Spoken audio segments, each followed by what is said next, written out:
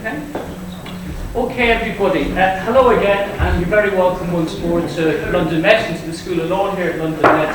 I'm Mike Lean, I'm a member of the academic staff, and I'm the present chair of the Mansfield Student Law Society.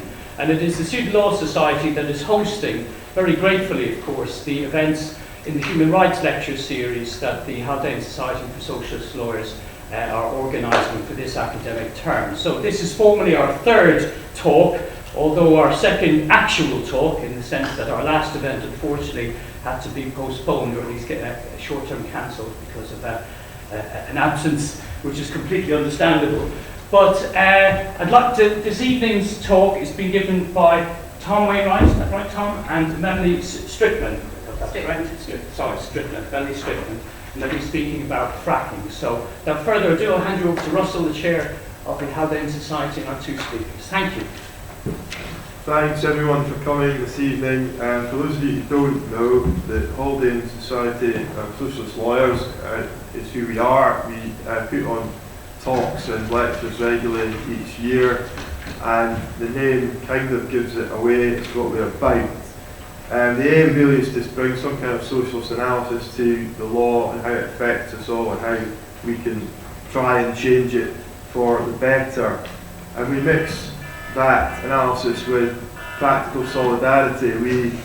Thank you, David, and we get involved in grassroots movements and activism. We're on marches, we're on demos, we have our banner, and we like to think that we do it the right way. We were amongst the groups leading the fight against illegal aid cuts last year, and continuing to do that this year and into 2015.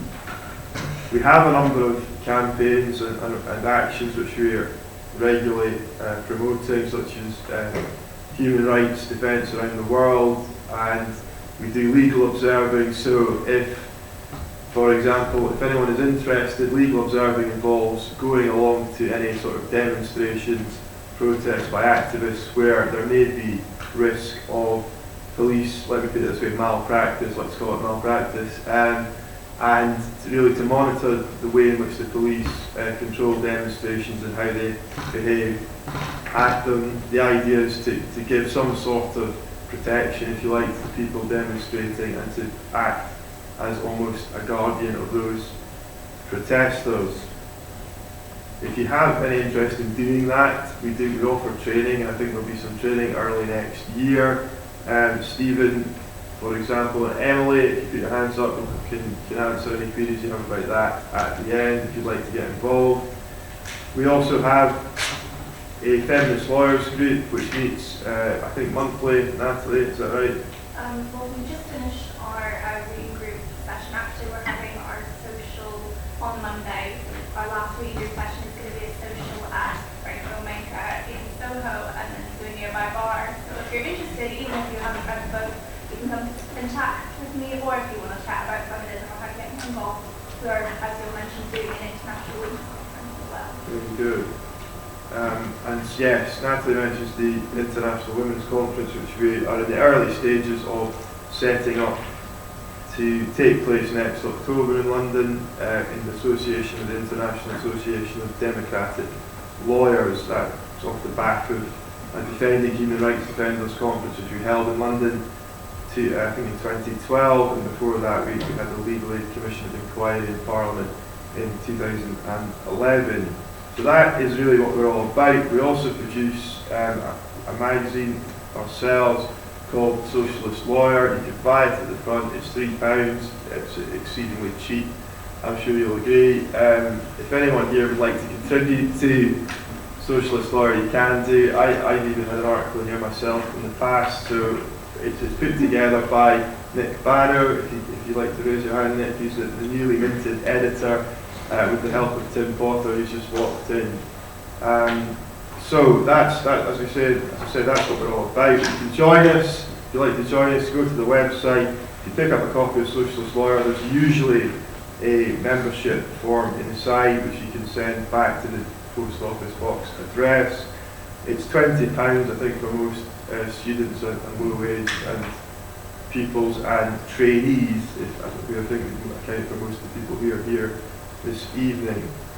So, enough from me. You're here to hear Mel and Tom. Fracking, as I think most of you probably know, is a somewhat controversial method of trying to extract gas from the ground. It involves blasting a high pressure mix of water and other chemicals and so on into the ground in order to extract shale gas.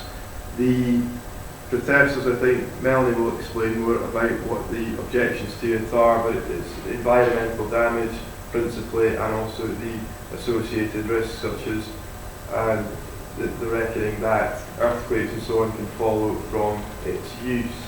So on my right, I have Melanie Strickland, who is a solicitor involved in the Direct Action Network Reclaim the Power, which organised 2 massive anti-fracking action camps in 2013 in Balcombe and in 2014 in Lancashire, and that helped shift public opinion against fracking in the UK. She's also thankfully a member of the Haldane Society. Tom Wainwright is a criminal barrister at Garden Court Chambers in London and one of the authors of the Protest Handbook. I don't think he's got a copy with him here today. It's a popular guide to the law relating to public demonstrations.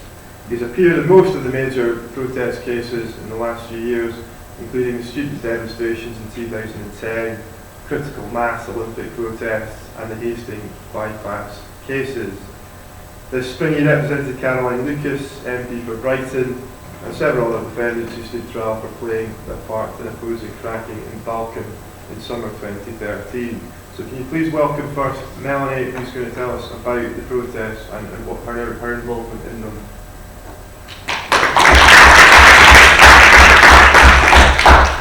Thanks for the introduction, and thanks for having me. Yes, my name is Melanie. I'm involved in Reclaim the Power, which is a direct action network.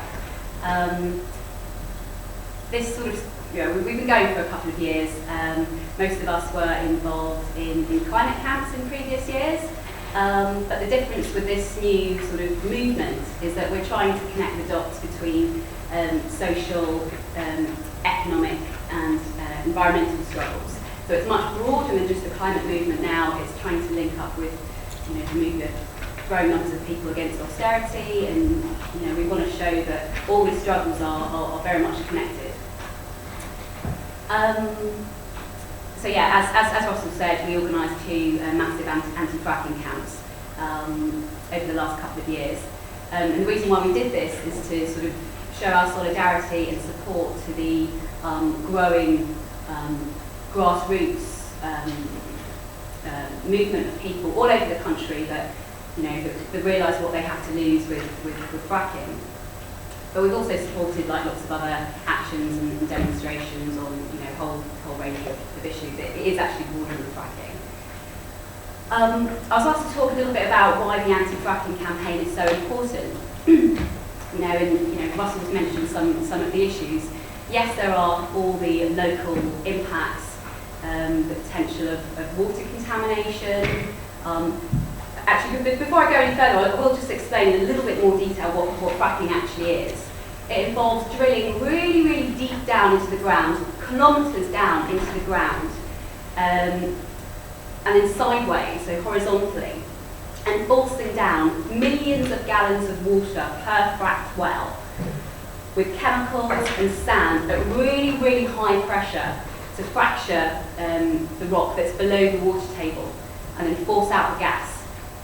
And what also comes out, as well as that gas which they capture, is all that fracked fluid, which is toxic and radioactive, because when you're going that far below ground, it's naturally radioactive.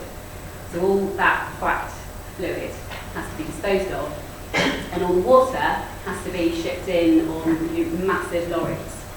So you can see from that very brief description why communities are mobilising and organising, and why they don't want fracking to come to the UK. So far there's only been one frack in the UK, or one official sort of full-scale frack, which was in Lancashire in 2011, which caused 2 minor earthquakes. But the government are totally invested in the fracking industry, and if you go to the website FrackPop, you'll see a map of the country of all the proposed fracking sites. fracking isn't the only extreme energy. By extreme energy, I mean it's a new form of gas and oil extraction, which is a lot more intensive, environmentally intensive, and environmentally destructive than stuff that we've done before. So there are other forms of extreme energy that are coming to the UK, like coal-bed methane and others. But fracking, most parts of the country have been earmarked for fracking now. In terms of why it's so important, the local environmental impacts, water contamination, air contamination, soil contamination, all that traffic that's going to be passing through communities, impacts to people's health.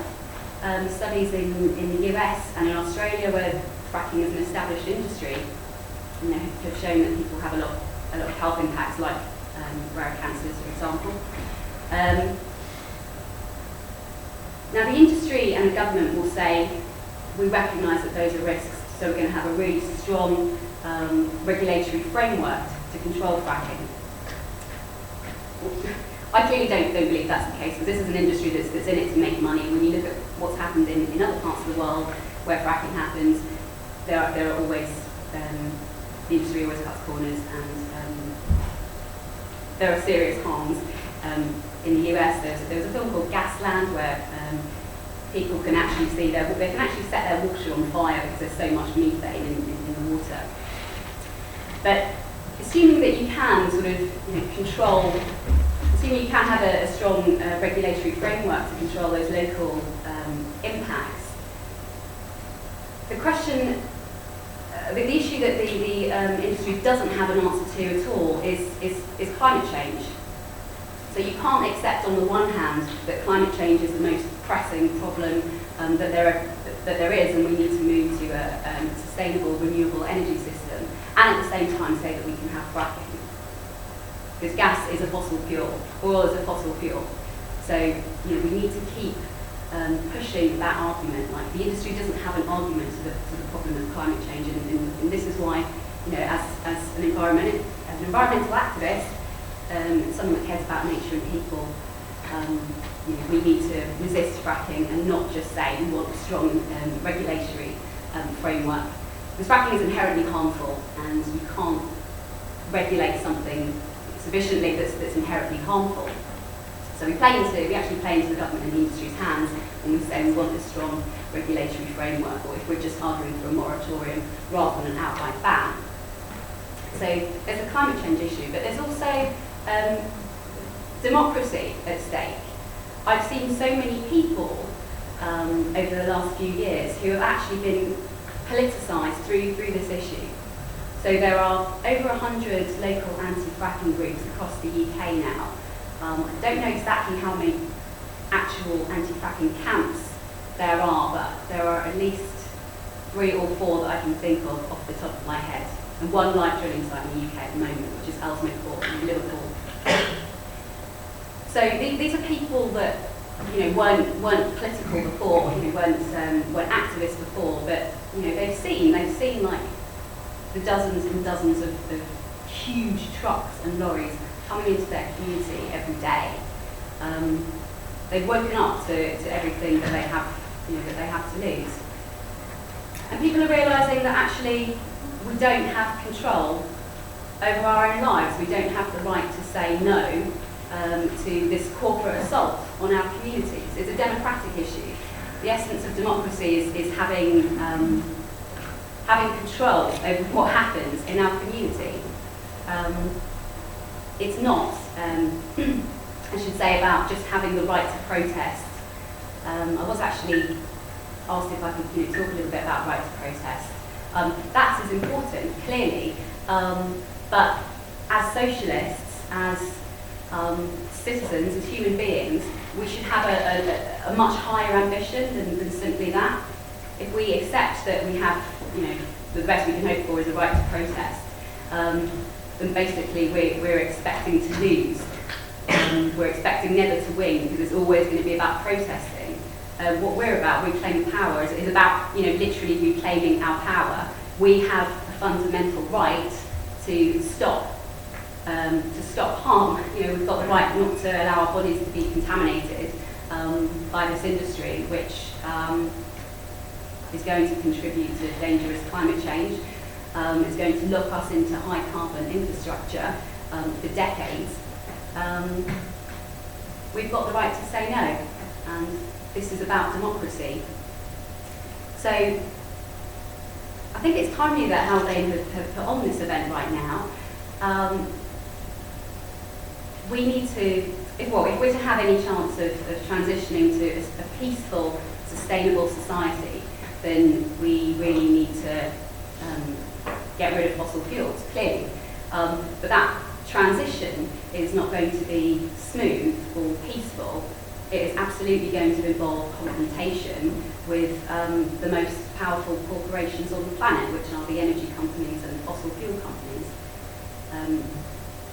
The whole of the industrial economy is powered by fossil fuels, and what this anti-fracking movement is doing is, it's coming head to head with that. So this is very much, I think, a socialist issue. It's the people that are pushing fracking are arch capitalists, people like Murdoch, Osborne, the whole of the government really. We're talking, it's very, very entrenched in all our institutions, which leads me on to the next point, which is about the political context. Generally, the media are very pro-fracking. As I mentioned Murdoch, he's very much on it for the Sun all the time, and on social media. We've got legislation totally supporting fracking, in particular the infrastructure bill that's going through Parliament at the moment, which is amending the law so that trespass law, so that fracking companies can drill on people's land without asking permission. That infrastructure bill also puts makes it a legal obligation to extract as much fossil fuel as possible, basically, to maximise economic production of petroleum.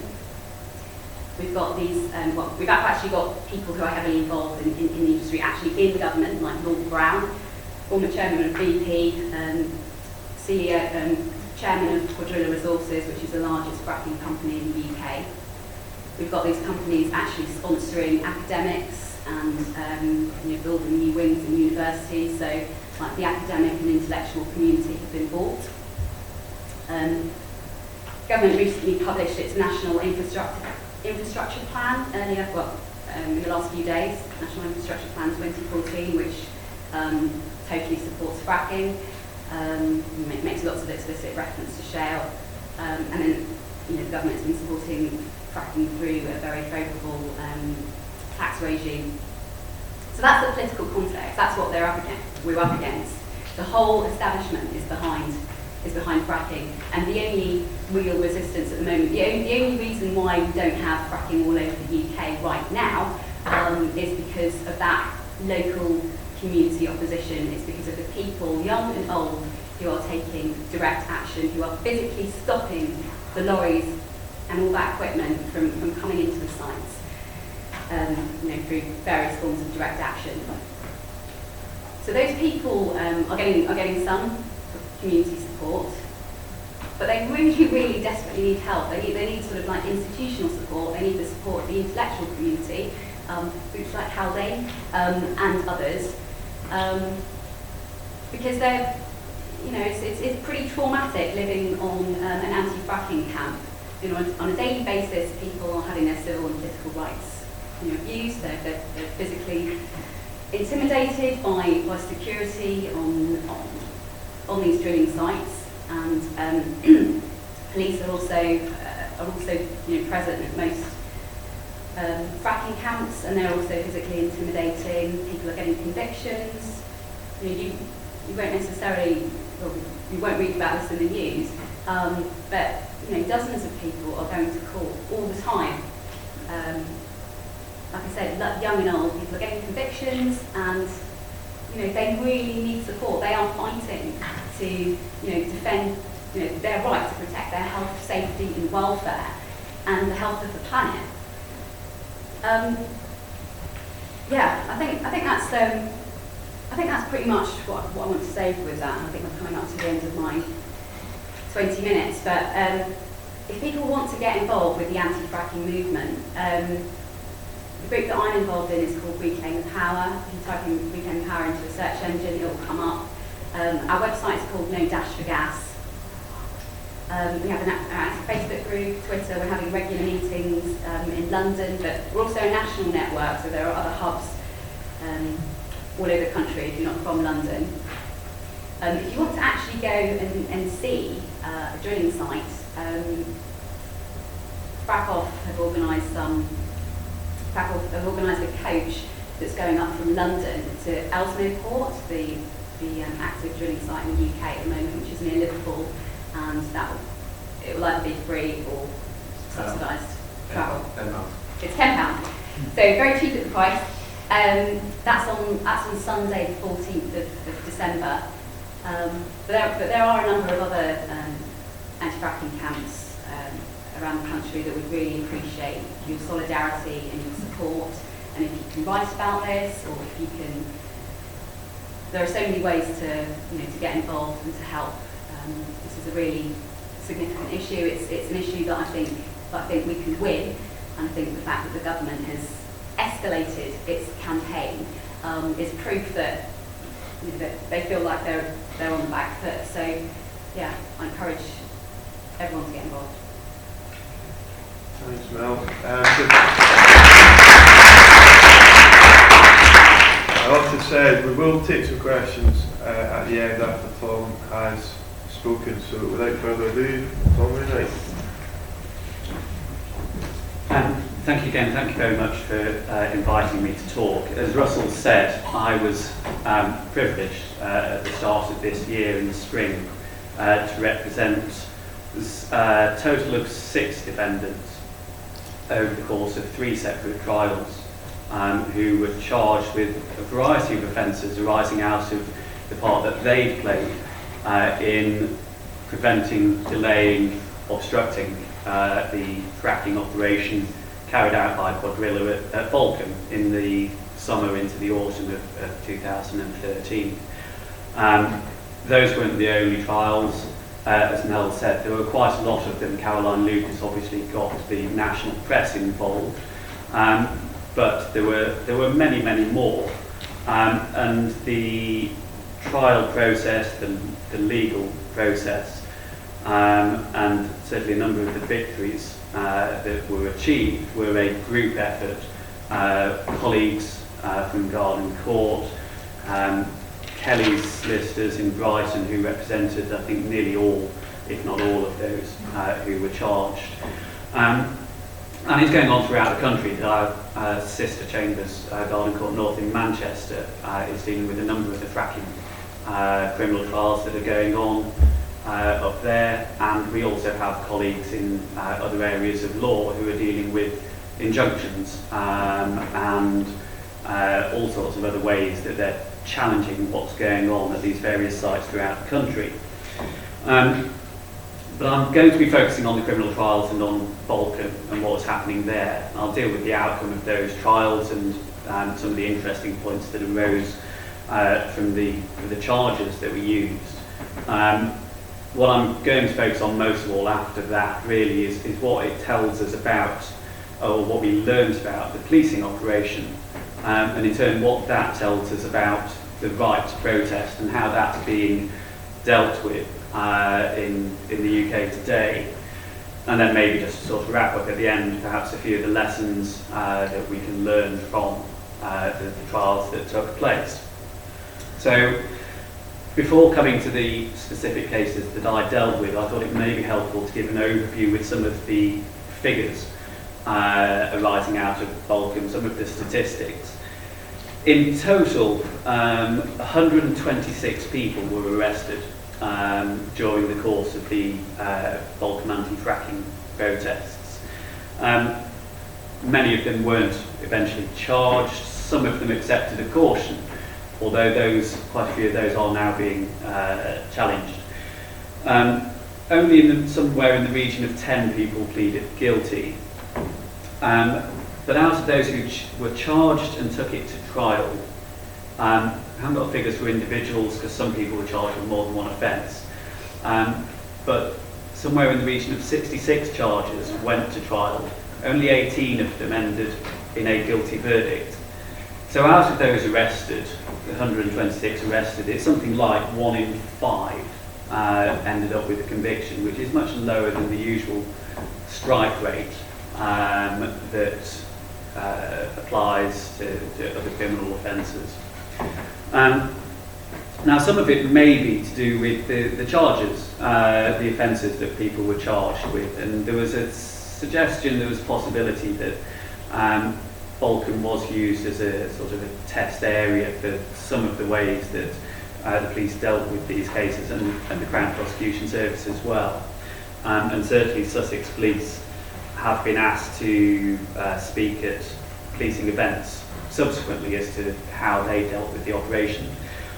When I come on to some of the results, you may wonder why they've been asked to do that, other than don't do what we did. One thing which was interesting was the use of a fairly obscure offence under the Trade Unions and Labour Relations Act of 1992. Now, you can guess from the juxtaposition of the name of the Act and the date that it was brought in that this is not the most progressive Act that has ever been introduced. Brought in under Major by that time, but under the Tory government. And the offence that they used, buried in there, is an offence of watching or besetting someone's place of work or home with a view to compelling them to abstain from doing something that they have a legal right to do. Now, to a large extent, that is the definition of a protest. That's what you're aiming to do, is to persuade them by your presence, at the very least, to think about not doing what they are in fact doing. And more to the point, it's a perfectly peaceful way of protesting. So this was an odd choice of charge to use, and a very difficult one. For one reason or another, again, I think initially 30 people were charged with this offence. Most of the time the CPS chose to pursue something different or chose not to proceed. Ultimately, only 2 people were convicted of that particular offence in somewhat unusual circumstances. So hopefully it's not going to be something that's rolled out and used more often. Possibly the reason may be the potential for challenging whether what was being done was lawful. And that's often something that the CPS do try to avoid in other cases. Aggravated trespass is one of the most common offences charged in protest cases. No one was charged with it in Balcombe, possibly because there may not have actually been any trespass to the site itself, or none that any of the police caught anyone for anyway. But that involves an element of the lawfulness of the activity that was taking place. And the courts and the CPS generally try to avoid that aspect of things being looked into if they can help it. And it was one of the frustrating things about the charges that we did deal with and the trials that took place, was that the courts were reluctant to engage with the legality of fracking itself and the dangers, because we did try to introduce a defence of necessity, which was just about there, but fairly tenuous and not much chance of it ultimately succeeding. But there was a valid legal argument to be had, and we were debarred from doing so. So we weren't able to call experts about the dangers that fracking posed to life and limb, to the environment, to the water table, the risks from earthquakes and so on and so forth. So that may well be an argument that's still to be had in the criminal courts.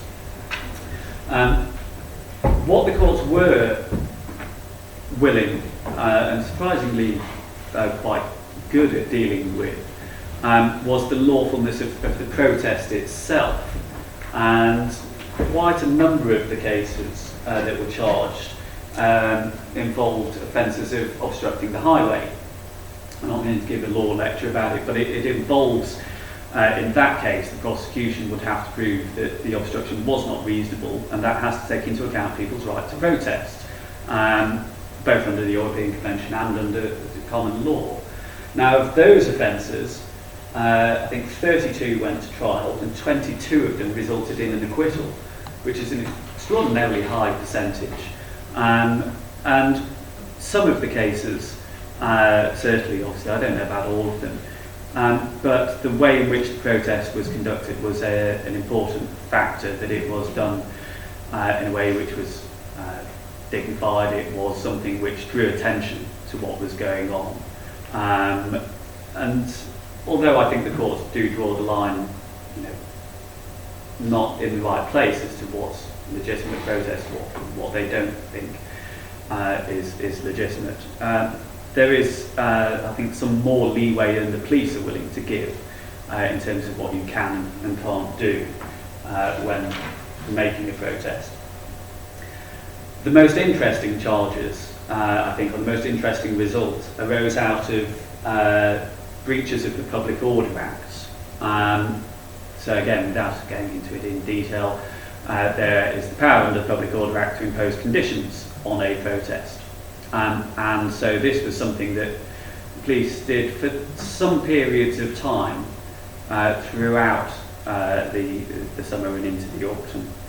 It wasn't the whole time, but there was a permanent protest by the side of the road at the entrance to the Quadrilla site, where people camped for some time. The people from the village of Balkan would come out and engage in talks and bring food. There was impromptu choirs set up, and there was the rolling protest, which carried on throughout that period.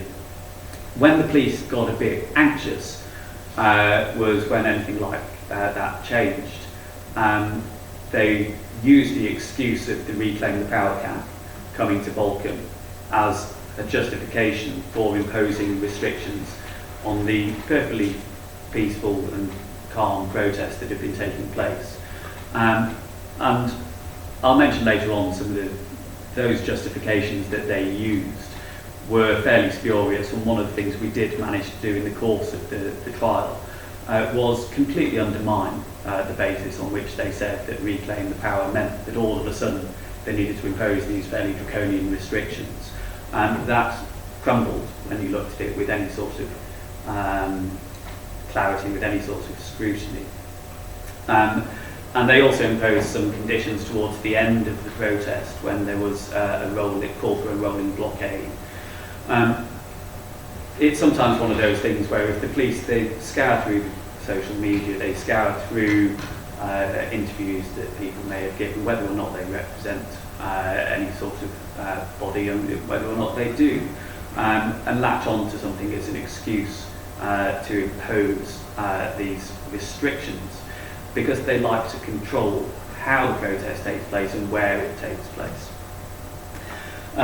But, as I say, it fell apart, and in three of the cases, the three cases that I dealt with, all to an extent involved these conditions under the Public Order Act.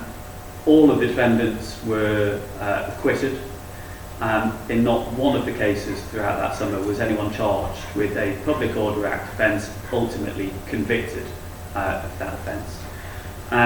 Some of the time because the police hadn't communicated the details properly as to what was supposed to happen, where the protest pens were, simple things like that. But in two of the cases that we dealt with, the district judges, two different district judges, went further.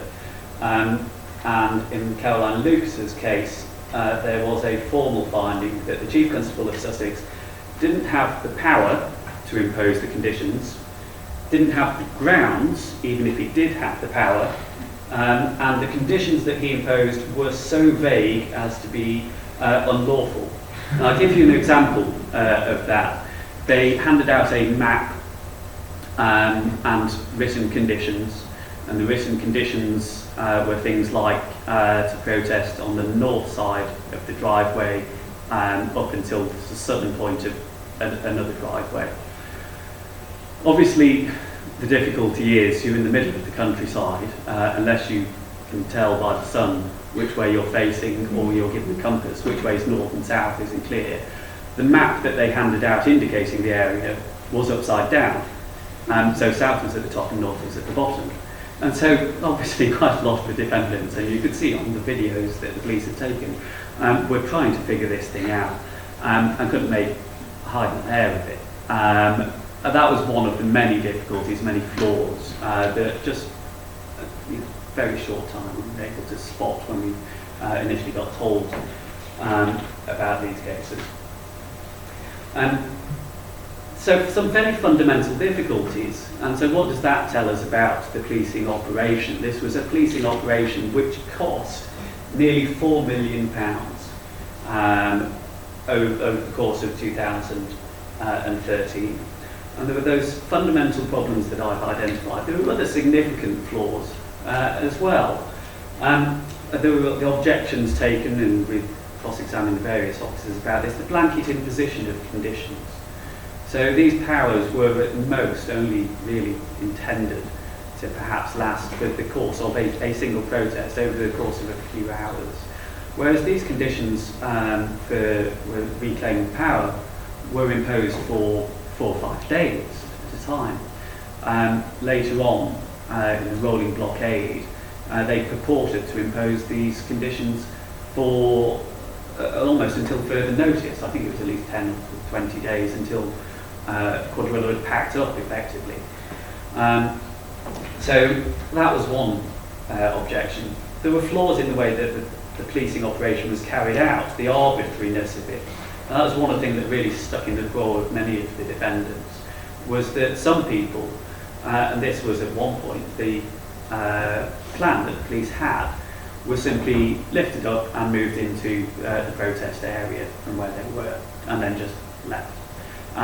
Other people were arrested, moved, and then de-arrested. Some were arrested and offered a caution, some weren't charged, some had the cases dropped. And it was completely arbitrary, and the police, the message that was, or the plan that was set out by the silver commanders in these cases wasn't getting through to those on the ground. Some officers using pressure point tactics, some using completely different, verbal communication. And so it gave this appearance of arbitrary behaviour by the police. That gave the appearance that there was arbitrary behaviour by the police, which was another big problem, I think, for the way that the police had carried out their operation for many of those charged, in terms of the proportionality, the taking them through the criminal justice system. There were half a dozen people they could point to who said, well, that person's doing exactly the same as me. Why are they not in this same position? And I think that's something that, thanks to the Human Rights Act largely, and the way that that's impacted on criminal justice, is something that police forces are going to have to deal with in terms of how they treat different people in different groups. But the problems that arose, to an extent, seemed quite puzzling, and it was something I was trying to figure out before, during, and after, how the police had got it so wrong. Because one of the things they kept saying all the way through, and it's all through the documents, and it was all through their evidence, was we took advice from a human rights advisor, from a leading human rights lawyer. They wouldn't tell us who it was. They wouldn't give us the advice. It wasn't anyone in our chambers. But that seemed quite positive. That was, that was progress, I thought. They were at least taking advice about human rights. But having done that, how did they get it so wrong? How did they make so many mistakes? And the answer came, I think, some months afterwards, when I got an email from Capita, who, as well as all of their other ventures, run conferences. And they invited me to talk at the National Public Order Policing Conference to a range of police and criminal justice representatives. I had a look at the list, and it won't surprise you to know that when it talks about criminal justice representatives, slightly weighted more towards the prosecution side. In the defence, there weren't any representatives from Reclaim Power or any protest group invited. It got more interesting because what they wanted me to talk about was, first of all, the relevant legislation, Human Rights Act and the right to protest. Fine. But the second thing that they wanted me to talk about was safeguarding against public scrutiny and complaints. And I think that's really the nub of it. That's the core of the problem as to how the police are dealing with human rights and the right to protest, is that it's not viewed as something that is good to be encouraged and important in its own right. It's a hurdle for them to get around. And that's why they get it so wrong. And that's why they end up with judgments castigating them in the way that the courts do. Once the district judges have, who either know how to implement and the importance of the right to protest, or at least after we finish with them, they do. It won't surprise you to know I declined their kind invitation and suggested they speak to Sussex Police, who had a leading human rights lawyer on their books, and could no doubt fill them in on what they needed to know. But it also flags up, in terms of how the police deal with these things, a linked problem. And the problem is that the police have a narrow view of what a protest is. Now, the police view is a protest is a bunch of people waving a placard, and that's it. And, if you do that in a pen over there, they now generally put the pen somewhere near the object of the protest so it can be seen. That's some progress from a few years ago. But as far as they've done that, as far as they're concerned, we have respected their right to protest and we've struck the appropriate balance. In my view, and I imagine many other people's view, that kind of protest, I think, now is pointless. Unless you get a million friends along to do it with you and cause some disruption, get some attention as to what it is that you're protesting about, then it's largely ineffectual. And that's why people are finding new and different ways to express their views, to protest. And that's what we saw in Balkan. Not necessarily new ways, in fact, sit-down protests were the basis of quite a number of the arrests, in fact. Lock-ons, which also were form the basis of a number of charges. And direct action as well. All important ways of getting attention, of having an impact on what's going on. And that sort of thing, the police they can't compute, they can't deal with those sorts of protests. And so they take action against it, even when it's not necessary. So, as an example, Reclaim Power over the course of that weekend had some fantastic demonstrations going on. There was the Ring of Roses, where everyone went around and held hands around the outside of the drilling site, and really sort of visually fantastic impact, and a great way to bring people together and to draw attention to what was going on. And a number of the celebrities and dignitaries who were there joined in, and the members of the Green Party and everyone else that came down to talk. There were the flash mob choirs that I mentioned as well. But part of what they did was done as well was the sit-down protests. And because Reclaim the Power had been so effective, the police had spoken to Quadrilla and they had decided to stop drilling over the course of the weekend that the camp was on. They'd shut down the site, which was a fantastic victory for the protest, and both in terms of effect and in terms of impact and publicity. But despite the fact that they had shut down the site and there was only a skeleton crew there, and no trucks were coming in and out, when people sat down in front of the main gate, they were still arrested for obstructing the highway. And the obvious thing that people were saying was, well, who are we obstructing? There's no one trying to come in and out, and eventually they had to hinge their whole case hinged on the possibility that there may be an accident and the ambulances may need to come in which case everyone said, well, you know, in those circumstances we'd move. That doesn't justify shutting down the entire protest. And that was really what it came down to, and it was that we're just not actually thinking about what they were doing and why they were doing it.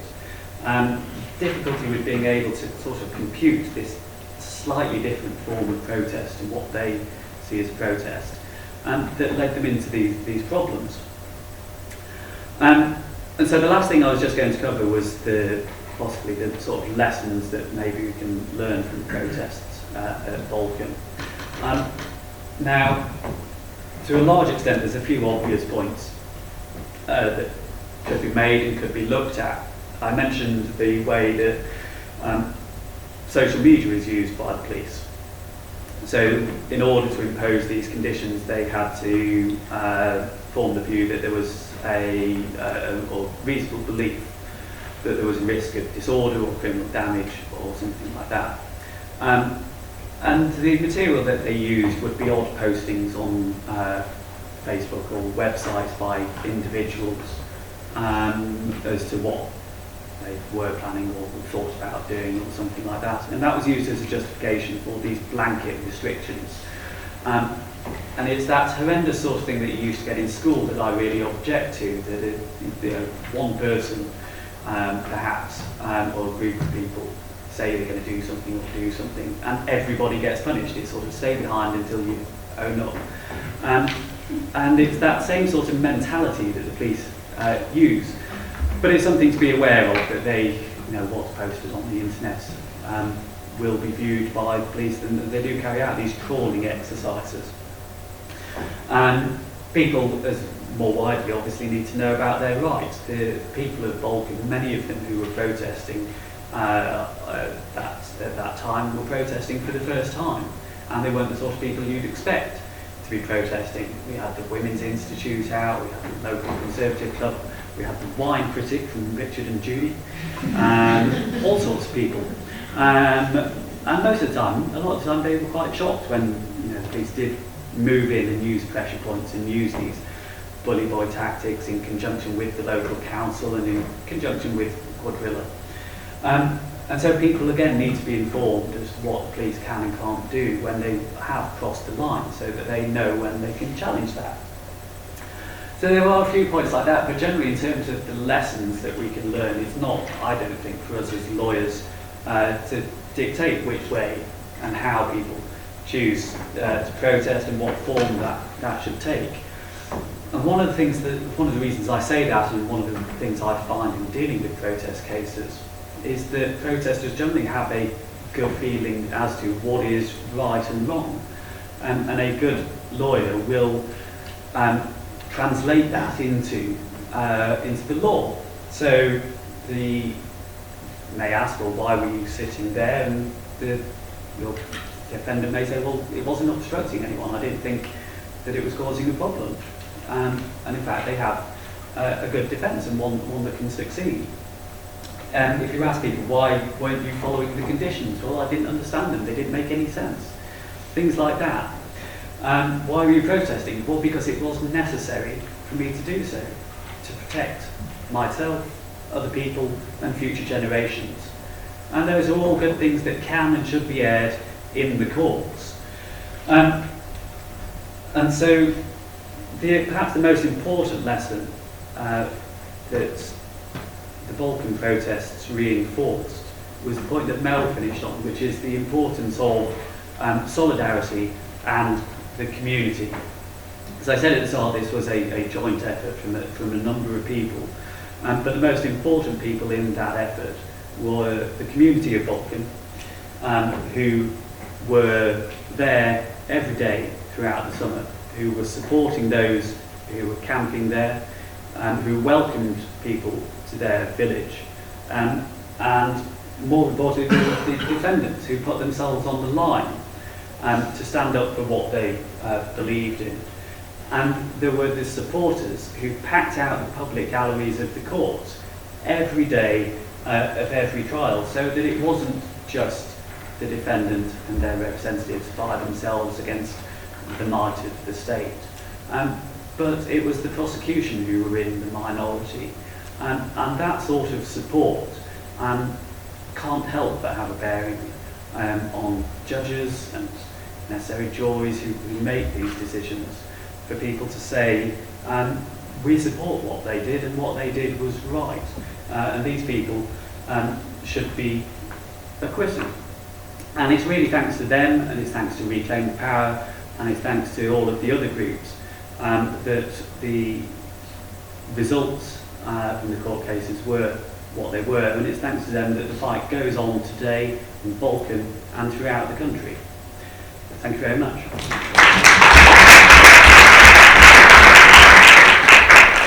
Thank you very much, Tom. We've got plenty of time for questions. Does anyone want to ask a question? Straight away, Sarah. I just wondered if you could say something about, as lawyers, something about the risks of getting involved in direct action, either as activists or as legal interpreters.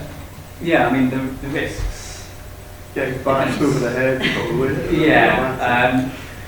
There's the risk from direct action. It depends what form of direct action. And can I just say, demonstrations and occupations, sort of specifically as well, I'm interested. Yeah, demonstrations, there's the risks, even from your bog standard going on march with a placard, as we saw from the student demonstrations in 2010, people getting kettles, kept in the freezing cold until the middle of the night. It doesn't matter whether or not you're grown up or a child, you're still at risk of being kept for hours, detained, and possibly even physically injured. And those are the risks even from that sort of demonstration. The risks from other things, occupations, obviously we've seen from the way that police have dealt with occupations on university premises over the last couple of years, that a number of people have been physically injured when police have got involved. Sorry, can I just say, I'm more concerned about getting arrested than the injuries, although of course I'd rather not get injured. Yeah, and obviously that depends on what exactly is taking place, and this sort of caveat again, if you're not doing anything, you could end up getting yourself arrested. But the more direct action, getting involved in things like breaking into premises, damaging property, of course that comes with a risk that there could be very serious consequences. Most of the cases are dealt with in the magistrate's court, where there's a maximum sentence of 6 months imprisonment by and large, but maximum sentence, no one at Balkan got anything more than a fine, I think, mostly conditional discharges. But there are cases which do make their way into the Crown Court. Any public disorder on a large scale, conspiracies, as you know, automatically will be dealt with in the Crown Court, and you can get very severe sentences. But as I say, it's very difficult to cover all eventualities because there are so many different things that can happen on a protest. There are risks that come with it. You can buy the protest handbook and I'll tell you all about offences that may occur. I'm happy to chip in on that. The protest handbook is very helpful. I've got a copy at home for reference. So I'm a practicing solicitor. I've been practicing for years, and I work for a health charity. I think the answer you gave, Tom, is quite a lawyerish answer. Yeah, there are of course all those risks, but I mean I've done lots of things. I've been part of like a number of occupations. I was involved in the Occupy movement. I've been involved in various Reclaim the Power actions. Too many demonstrations to count. And I've not had any. I mean, if you're worried about like losing your practicing certificate, I mean I've been arrested 3 times for anti-fracking demonstrations, for anti-arms trade demonstrations. Apart from the arms trade action, the things that I was arrested for were ridiculous, and I knew that I wouldn't be charged, and I knew that it wouldn't come to anything. So getting arrested is no big deal at all. Although police do take your DNA, and that's in file forever, and you might be put on the domestic extremist database. Where lots of people are. Thousands of people are. But in terms of actual risk to, like, oh, I might lose my job, you know, I've never felt that to be, you know, to be an issue. I was charged with an anti-arms trade action, but we had a massive campaign. Stop the Arms Affair supported us, and Campaign Against the Arms Trade supported us. And at the, like, literally the week before our trial, CPS dropped the case because it looked like we basically had a great lawyer and a great public campaign, and the government were pretty worried about what might come out in the course of that trial. So I really felt that it wasn't the legal argument that saved me in that case. It was that public support. And also, I do want to stress that this is so important. You know, this is more important than anything that's going on in my life. Like, action to save the planet and for social justice means more to me than my job, or it means more to me than anything. And when you look at the history of social movements, successful social movements, like suffragettes were in and out of prison. They took direct action all the time. Women of all classes. Civil rights movements. I mean, earlier this year, Haldane published in their magazine a picture of Nelson Mandela, a young Conservatives poster that said, "Hang Nelson Mandela." You know, if you do this stuff, like, the establishment will hate you and will demonise you, and, you know, will make out like all anti-fracking protesters are just like unemployed losers. You know, that is completely not the case, but that has always been the case throughout history. Like, successful people, successful social movements have, there will be this confrontation with the state, and it's about having courage to face up to that. I mean, you can actually get away with a hell of a lot before, you know, your practicing certificate or your job or anything else is you know, at any kind of risk. But even if it were, you know, this is the last generation that can really. The time is running out to save the planet, and we're the last people that can do it. So, you know, join Reclaim the Power. You know, we're a bunch of really committed, dedicated activists who are, you know, very knowledgeable, very experienced, and it's a really lovely sort of like inclusive community. And, you know, being involved in the anti-fracking community is really strengthening, and it's a really important thing.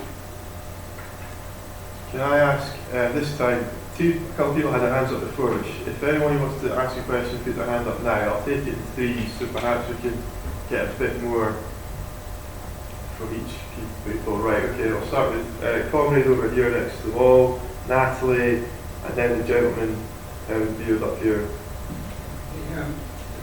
I'm not into this, I've only got halfway, but I'd like to suggest, after your comments on a couple of cases that I remember. One was in the case of the Queen Mother's birthday. The police rounded up Republicans who were peacefully protesting, dumped them in Melanie Forest for their own good, but they won damages, I believe. Then there was a case of Hyde Park couldn't be used for a static demonstration because they recently seeded the grass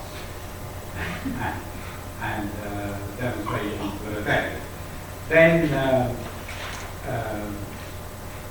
perhaps more importantly, I don't know if it's relevant, but I noticed that the European Court of Justice has imported the principle of proportionality, at least into trade union strikes. And they seem to be willing to, British court, I don't know, willing to, well, they have been willing to strike down, even after votes, the right to strike. And I don't know whether that might become involved as an excuse to demonstration. And finally, I know when the Queen processed down the Thames in a yacht a few years ago, I was with anti-monarchists, and we were told by the police the river bank was full up, so we couldn't even go within a sight at the river bank. I don't know. They seem to be rather inventive. I mean, as to the Hang Nelson Mandela, there was a T-shirt with that legend produced by Young Conservatives. It didn't do any harm to the Speaker of the House of Commons, I'm afraid, because I think he was one of them, John Burker. Thanks. Right, Natalie, if you'd like to. That was halfway through his sentence.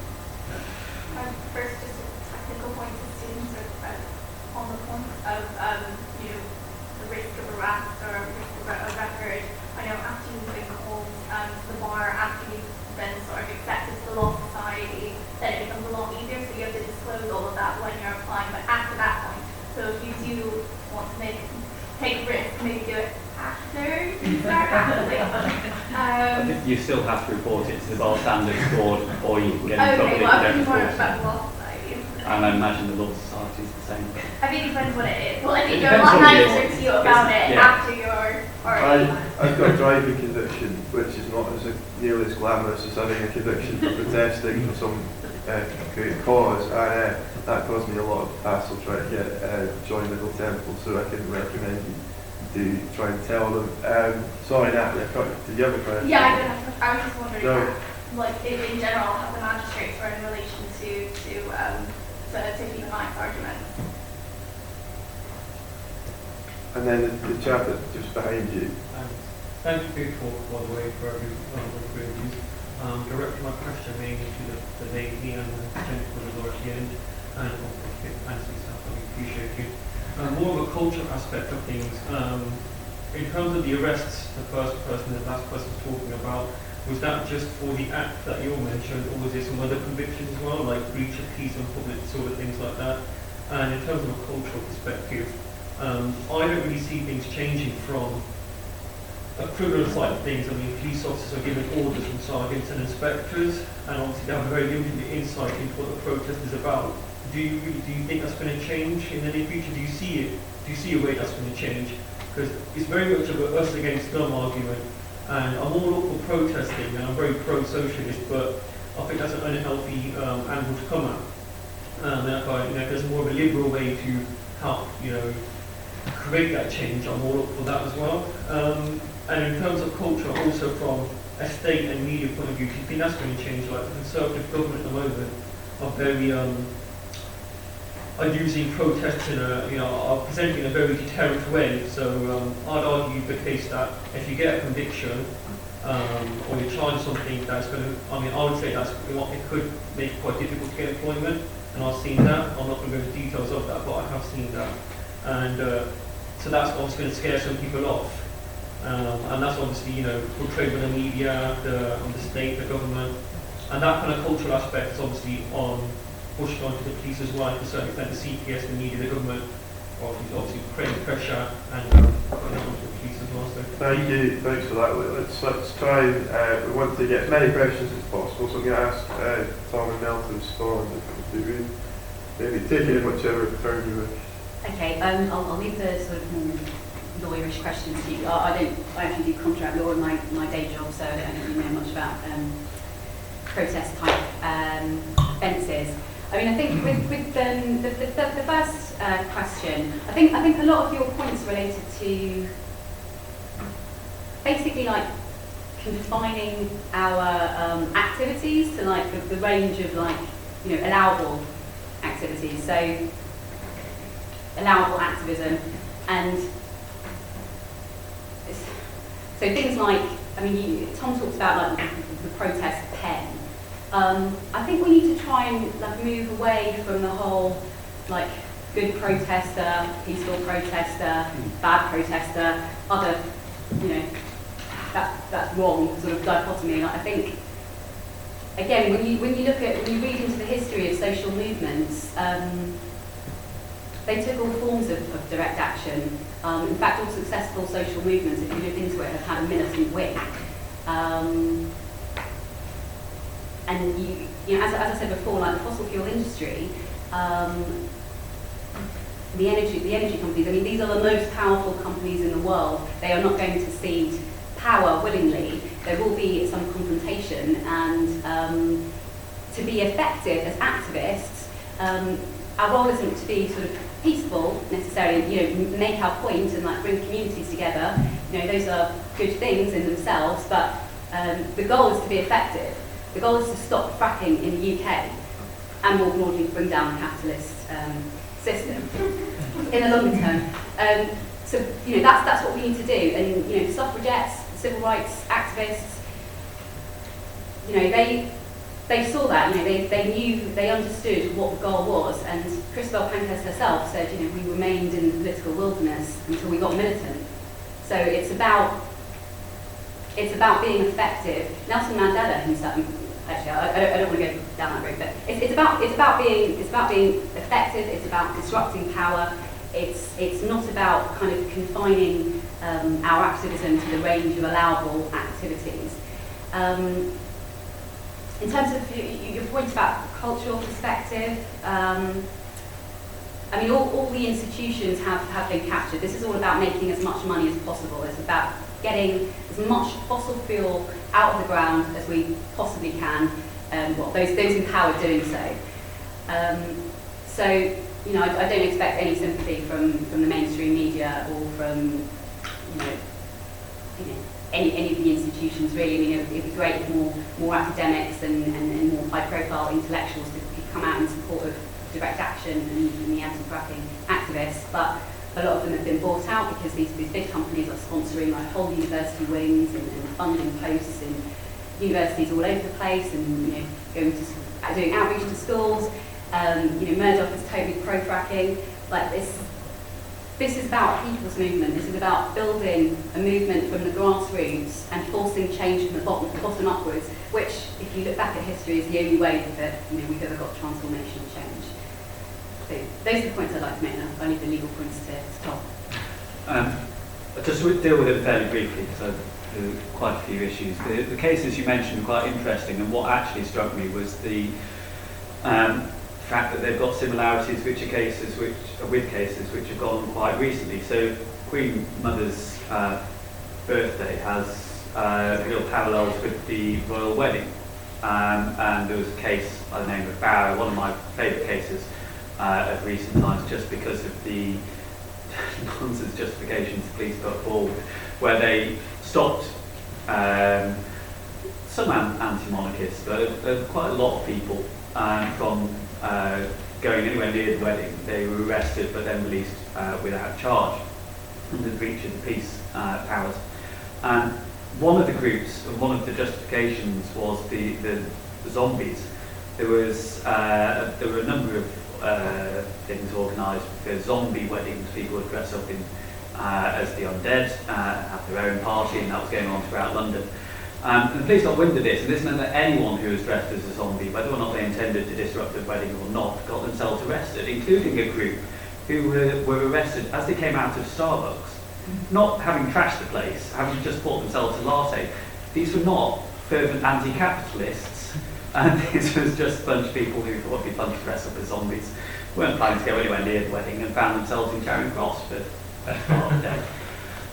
So it's still the same sort of thing. The Hyde Park saying they had to seed the grass, I think, is the excuse that was recently used to keep the Occupy Parliament movement off Parliament Square.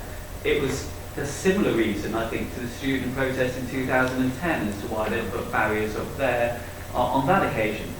So it's the same nonsense coming round and round again.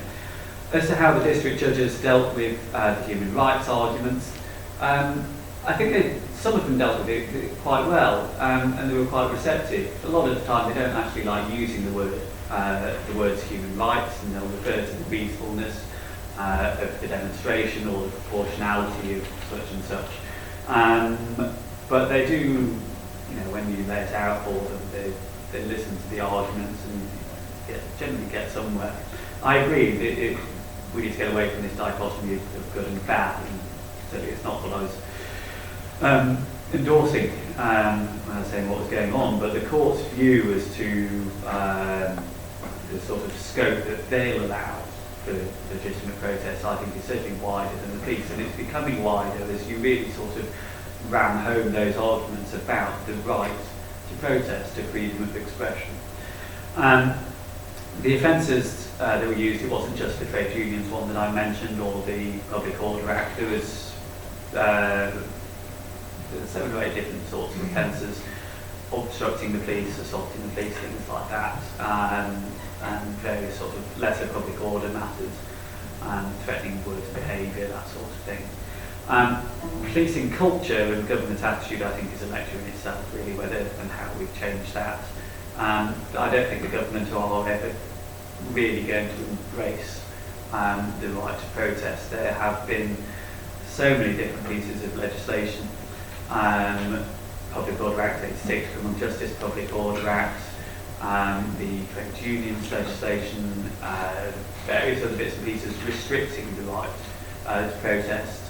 Police Reform Social Responsibility Act a couple of years ago, restricting protest at Parliament Square. I don't think I can name an act which has enhanced the right to protest, that has given wider protection to demonstrators, save for the Human Rights Act, and what's the government trying to do with that, which I think tells you everything that you need to know about the sort of government attitude that will probably remain as far as protest is concerned. So I'm going to use the chair briefly and ask why you mentioned earlier when you spoke that the courts weren't interested in the necessity argument and shut it down in terms of justifying what they were doing. Can you just explain how it was you were prevented from doing that forward? Yeah, what it was for various aspects of the necessity defence, we had experts lined up who produced reports on the threat caused by fracking.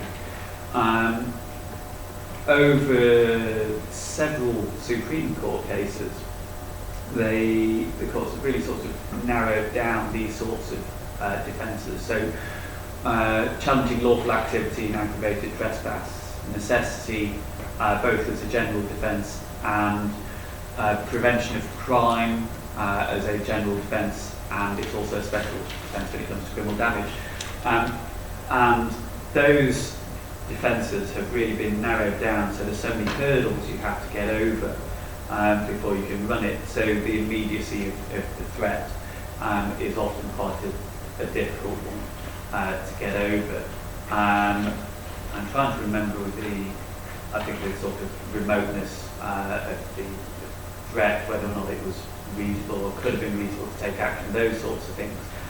And it was one of those very many hurdles that we had a preliminary argument with the court about whether or not we could call this expert. They ruled against us. Ultimately, we were acquitted, so we didn't have the option of appealing that. And it's one of the downsides of the common law and the way the system works is that often there's these interesting, important arguments which don't get any further than the magistrates' court, or the Crown Court, you don't get any sort of wide publicity, you don't get a proper airing in front of the public. But I think that's the way the system sometimes works. That's how it happened in this case. And that was, I think, we only managed in the case of Caroline Lucas and 4 others who were involved in, because that was the one where we had the best experts that the Green Party could provide. So I think it was one to try on. Can I take 3 more questions? And I don't want to be too dictatorial about it, but can I encourage concision? I'll start with Kevin, comment out here, and then Stephen. All right. Yeah. I had a comment rather than a question, just about everything that's been discussed this evening. I'm from Netpol, the Network of Police Monitoring. They've got funding specifically to look at the policing of anti-fracking protests over the next couple of years, because we think there's going to be an explosion of campaign groups emerging once the licences are agreed in spring next year. And I think there's some cause for hope, because the fracking industry is nervous. It is fantastically expensive to do what they do. Shutting down the drill for even a short amount of time costs a huge amount of money.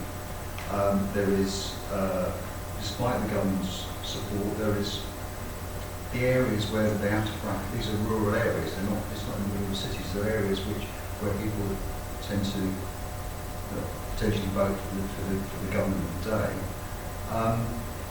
And people are informed. People know what's going on. They've seen the impacts of what's happening in places, particularly in America, but also in Australia. And I think what that means is that the industry has attempted to try and move away from the issues around what was the science of fracking and climate change, and focus on energy security. And you put the securitisation of an industry together with a police force that has a very narrow view of what peaceful protest is, and you get the situations that we've been talked about today. I think Balkan was definitely, and Barton Moss as well, was definitely a laboratory for working out how they're going to police this new movement. One of the things I think is really interesting about that people may not be aware of is that the Gold Commanders training course at the College of Policing, the first one of the new semester took place in October, and they have a training scenario around protests, and this year's one was about fracking camp, and the heads of the big British Gas head of security was there, and EDS head of security was there, and they talked about Balkan and they talked about Barton Moss. And you can see that that's the direction they were going. And the human rights lawyer that you mentioned was there too, who is Jane Gordon, who is the human rights advisor for ACPA and the Inspector of Constabulary. I think it's obviously they're very independent. So you can see that that's the direction that they're going to be going, and that's the reason why we think that support for protesters around the fracking movement is so important. It's going to be one of the big protest campaigns over the next couple of years.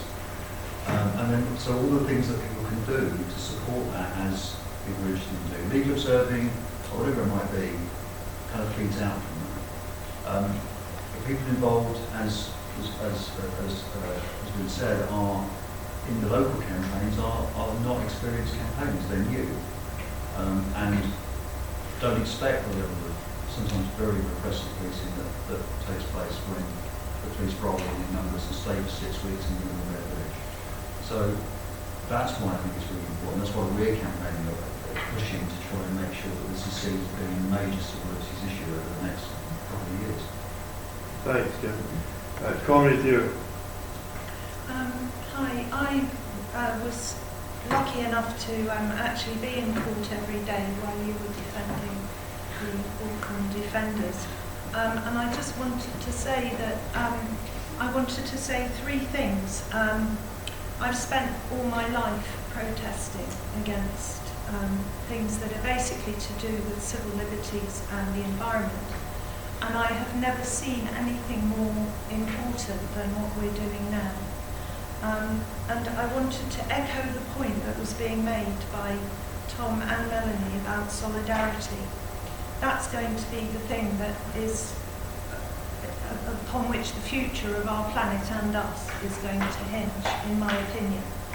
Solidarity in protests, so that those of us who are more experienced and perhaps less terrified of police behaviour can support those who are disbelieving and disempowered because of their disbelief. They will not believe that the police will do this. One of the most chilling things I've ever experienced in my life was when I was in court, and over and over again, from the tiniest little police officer all the way up to the silver commander, they were lying. I'm sorry I have to say that. Their evidence was a total discrepancy with the video evidence that was playing on the screen behind them. And yet they carried on and on and on, asserting their point. And many of us in court that day were very frightened because we thought, oh my God, everyone is actually going to be convicted because these police are so united in their lying. And then I realised the right has always been very, not that I'm suggesting the police are right-wing, but the right has always been highly organised, the left has not been. And I think that's what we have to address now, very importantly. In court, the solidarity was amazing because I think on that first day when some of us dropped in and saw the lying that was going on, we were so scared we contacted each other and said we've got to be in court every day so that if they are lying, they'll know that we're noticing them lying. And at the end, the judge congratulated us, didn't he? He said he had never known a public gallery whose behaviour was so impeccable. A packed public gallery. It was packed every single day. People were going in every day. And then solidarity afterwards. What's happened at Balcombe is that the people in the village have now set up their own energy, off-grid, sustainable energy co-op. Some of us in Brighton are doing the same in our small communities. We're trying to set up off-grid, sustainable sources of energy. This is how I think things have to happen, because, as Melanie says, all these changes can only come from the ground up. Che Guevara said, I do not create revolution, the people create revolution. And that's something that I think we need to recall all the time. As far as how do we make ourselves strong in protests, I think we raise our awareness about the law. We try to become trained as legal observers. Many people in Brighton are being trained by Green and Black Cross at the moment as legal observers, just because they see the way things are going.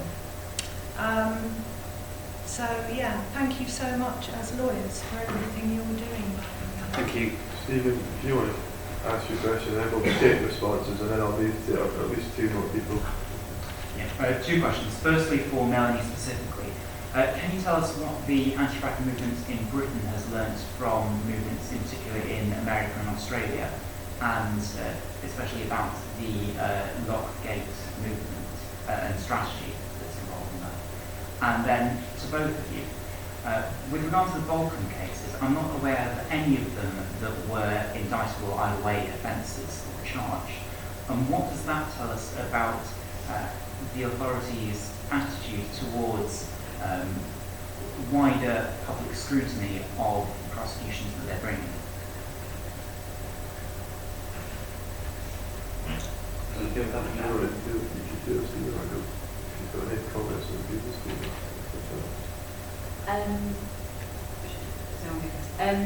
Okay, so just a couple of brief reflections. On the role of the police, I mean, they're a key part in an incredibly abusive system, really. Their ultimate role is to protect property and to protect the status quo. They will, follow the government line, and what we have now is a situation where, the government is in bed with big business, and they are determined to impose fracking on all our communities everywhere. So when it comes down to it, the police will side with, with the government. They'll toe the line. They'll take the side of the government and the industry against the people on these issues. So I think we really need to bear that in mind and not be surprised by incredible police repression, which I think will get worse, actually. There was already a very good article, if you're interested in sort of reading specifically a bit more about this issue. I can't remember the authors, but there were, on Ecologist, some weeks ago, there was an article about some academics had done some research about breaches into civil and political rights of anti-fracking protesters. So if you type that into a search engine, it's something that was published on the Ecologist website. To go back to the point about what have we learnt from America and Australia, well, I think one of the very obvious learning points is to stop this industry from coming in, stop it from becoming established. Because in North America and in Australia, they do have an established fracking industry now, and once that's happened, it's much harder to fight it. So I think we need to escalate our campaign here. Actually, we have only had one full-scale frack in 2011. As I said, the only reason why we don't have full fracking everywhere is because of the strength of the community resistance. But the government have escalated things with everything that they're doing with new legislation. I think it's going to get very difficult, very confrontational, and I really hope that people like you will come out in support of the people that are putting their, putting themselves on the line in a physical sense. In terms of the gate strategy, I don't know a huge amount about it, but I think the situation in Australia is quite difficult because they've got lots of land there, and I think ordinary people own a lot of land and were able to sort of, restrict people from coming onto their land. Whereas we're quite a different sort of setup geographically here. The UK is very small, very densely populated, and people don't tend to own vast amounts of land. So I'm not sure the strategy. So what do I know about it? I don't think it directly it works in the same way over in the UK. But I think we really need to. I think the key thing that we need to do is step up the direct action and for individuals to be supportive of direct action when it happens. Because it's very, very scary actually for the individuals that are involved in this. Yeah, I think only thing to say in relation to the first two comments is obviously thank you very much, both of you, for everything you've done and everything that you're doing. In relation to the point Stephen raised about the fact that most of these offences were, you're right, all of these offences were summary only. The non-lawyers, what that means is you can't have trial by jury. That's often the case with protest offences, that they don't often get charged with offences, which mean they go in front of the trial by their peers.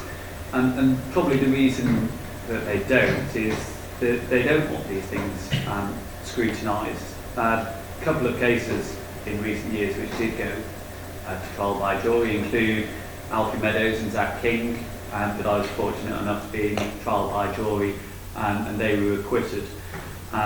Smash Edo, a group down in Brighton, who were involved in an allegation of conspiracy to cause criminal damage at the Edo weapons factory on the outskirts of Brighton, and that went in front of a jury. The defence was that their actions were necessary to protect the people of Palestine during Operation Cast Lead, and they were acquitted resoundingly quickly. So I think you're right. There's always been this suspicion. It's very difficult to prove that there's a choice as to the charges that are used. Sometimes there's a suspicion that it's going the other way, and they're choosing charges with very high maximum penalties. So the student process, some of the earlier charges with the young man who threw a fire extinguisher off the roof, and things like that, where there were quite severe sentences handed down. There's always sort of been that suspicion, whether it's true or not is difficult to say, but I think the pattern that you can see in terms of the results in the Crown Court, usually the results in the Magistrates Court obviously aren't as favourable, but given how many of the Bolton cases turned out, and certainly the ruling that were given as to just how badly the police had got it wrong, it's quite difficult to criticise the district judges who were involved in those cases, because they've got it spot on. But generally, obviously, that's not always the case if you look at the statistics and the conviction rates in two different courts. I'll take David and comment at the front here and yourself there. Yeah, I'm doing a dissertation on fracking, and I just wanted to ask two questions. Seeing as the global oil reserves are slowly dwindling, do you think that it is at all possible to fully remove fracking when it actually provides the country with a sustainable source of energy? I have a second question, which is, in light of current EU legislation, or rather the recommendations they've given, do you think that proper practice and execution can maintain a balance between economic growth and environmental protection? Well, I mean, you can probably expect how I'm going to answer these. A sustainable source of energy, I mean, it's an unsustainable energy source. I'm an environmental activist, and we have this pressing problem of climate change, which means that we need to move away from a fossil fuel world to a world that's powered by renewable energy, and so that's how I would answer that one. I mean, the government could invest in renewable energy, but there's a lot more money in the fracking industry. As I said, like the fossil fuel companies, the energy companies are the most powerful companies on the planet, so we shouldn't be surprised that the government is supporting them. It's not a sustainable source of energy in any environmental sense. In terms of energy security, yeah, we can have energy security with renewables, but we do need to completely transform society. We can't sort of carry on having the kind of society that we live on if we're going to have a viable planet. And your other point was about, I didn't catch the second. It's to do with EU recommendations which they've given out and current legislation which is actually imposed on fracking. Is that enough for sustainable development and economic, sustainable development and environmental protection? No. So, I think certainly when you compare it to Australia, where fracking is banned, as I understand it, or it's completely Australia and America, parts of America. There are municipalities and towns in the US that have banned fracking at a local level, which is fantastic. I'm not aware that they've done so in Australia, but I don't know a huge amount about Australia. But it's so you compare that to the EU, which is not banning it, and it should do, then it's clearly not enough. It's not getting far enough. Clearly, my argument is that this is an inherently harmful practice, and you can't sufficiently regulate something which is inherently harmful. And that's the argument that I know, the line that that towns and municipalities in the US have run when they've said we're going to ban this practice. There's a moratorium in France on fracking at the moment, I believe, and some other European countries. I mean, in terms of economic development, I mean, they mean sustained growth when they talk about sustainable development. It's not compatible with having a safe and secure world in the future. So, I think strategically our argument must be we need to stop fracking, we need to stop all forms of extreme energy and move away from fossil fuels. If you can see that we can have a strong regulatory framework, that is strategically a really bad move because they will say, fine, we've got a safe regulatory framework, everything's fine. But that's not possible, and they don't have an answer to the climate change question. Could I just? I'm so sorry to jump in. I've been shown that I'm running my time already. I thought we had until 8:30. Apparently we don't. I think we can wrap it up. Should we? We just have a chat afterwards. Yeah, this is true. There'll be some people definitely, I imagine, going to the pub. So if you want to congregate outside and then head off to the pub, everyone's more than welcome. So apologies to you as well, comrade. And it was heartening to hear the views from the comment in front about the importance of solidarity. I think because often it's a maligned word and sort of much mocked, but when we know that the police and the authorities do seek to dissuade people from protesting, whether it's by so defining the way in which you can protest as to make it utterly meaningless, or to send out literature to people that are known activists to dissuade them from going on protests and warning about what the potential consequences are. But happily that hasn't deterred Melanie, who spoke, I'm sure you'll agree, very passionately and with great conviction about what she believes the world should look like and how we can achieve that, and the imaginative ways in which groups like Reclaim the Power have found different ways of protesting in order to evade perhaps the usual methods by which it is limited. And certainly Tom, I think, showed that the ways in which that type of protest can confound and confuse the sort of literal mind of the authorities. So please would you put your hands together and make a lot of noise.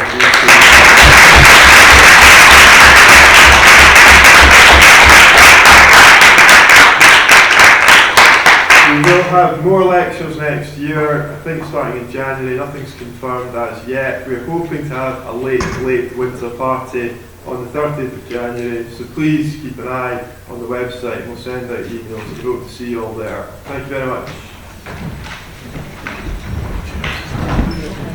Just a bit of good news. The Daily Mail has actually come out against fracking because this lady was actually a Tory voter, found out that her